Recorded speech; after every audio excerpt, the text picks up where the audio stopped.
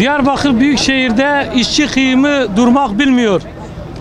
Diyarbakır Büyükşehir Belediyesi'nde son yerel seçimlerin ardından başlayan işçi kıyımı durak bilmiyor. DEM Parti tarafından yönetilen Büyükşehir'de son çıkışlarıyla birlikte 72 emekçi hiçbir gerekçe gösterilmeden işinden, aşından ve geleceğinden edilmiştir. Diyarbakır Büyükşehir'de son dönemde artan emek düşmanı yaklaşımlara asla boyun eğmeyeceğiz. Zulüm karşısında susmayacağız. Helal lokmamıza iftiralarla saldıranlara sonuna kadar direneceğiz. Tüm yıldırma politikalarına karşı emekçilerin yanındayız. Büyükşehir Belediyesi'ne işten atılanların Diyarbakırlı olmadıkları iddia edilmektedir.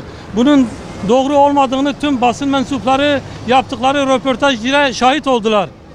İşten atılanlar 4 yıl ile 14 yıl arasında hizmeti olan arkadaşlarımız var. Ayrıca Büyükşehir Belediyesi'nde mobbing ve yer değişikliğine devam etmektedirler. Maalesef duyuyoruz ki işten atılan işçilerin belediye yönetimi DİSK Genel İş Sendikası üzerinden bilgi alarak işlerine son verilmektedir.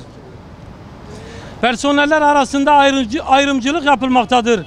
Memurların yemek parası artırılırken işçilerin yemek paraları artırılmadı. Bu ayrımcılığa bir an önce son verilmesi gerekiyor.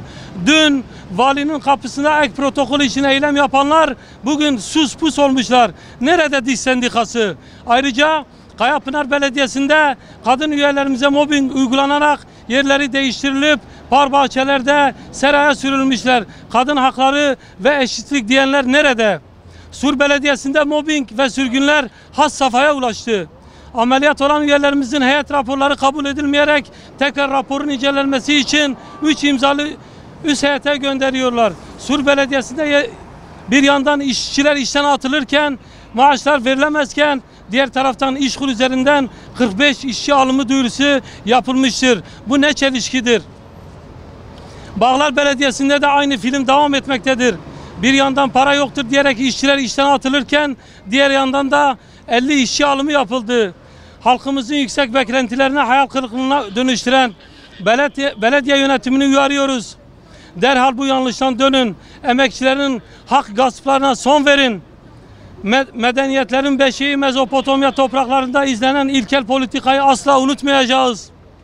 1 Mayıs Emek ve Dayanışma Günü dolayısıyla DEM Parti tarafından hazırlanan el ilanında güvencesizliğe, haksız ve keyfi işten atılmalara, esnek çalıştırmaya hayır demek için geliyoruz ifadeleri kullananların bugün geldiği noktayı tüm kamuoyunun takdirine bırakıyoruz. DEM Partili Büyükşehir yöneticileri şunu iyi anlamalıdır ki söyledikleriyle yaptıkları tutmayanlar kelimelerle güven vermeye çalışsa da eylemlerinin samimiyetsizliği, tutarsızlığı onların nihayetinde güvenilmez ve itibarsız kılar. Çünkü gerçek değer lafta değil, eylemdedir. Bugün yaptıkları zulümleri bilindik bahanelerle meşrulaştırmaya çalışacaklarını çok iyi biliyoruz.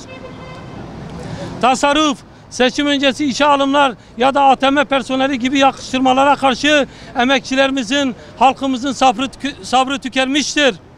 Bu mesnetsiz ifadelere sığınarak yapılacak tüm açıklamaları reddediyoruz. Kurban Bayramı arefesinde işleri ekmeğinden eden, çoluk çocuklarını ekmekleriyle terbiye eden bu zihniyet ile mücadelemiz devam edecektir.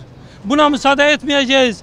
Diyarbakır'ı Diyarbakır yapanları işten çıkaran belediye yönetimine karşı hukuki süreçler Hak İş Hizmet İş Sendikamız tarafından titizlikle yürütülmektedir. Hepinize teşekkür ediyoruz. Hasta açıklaması.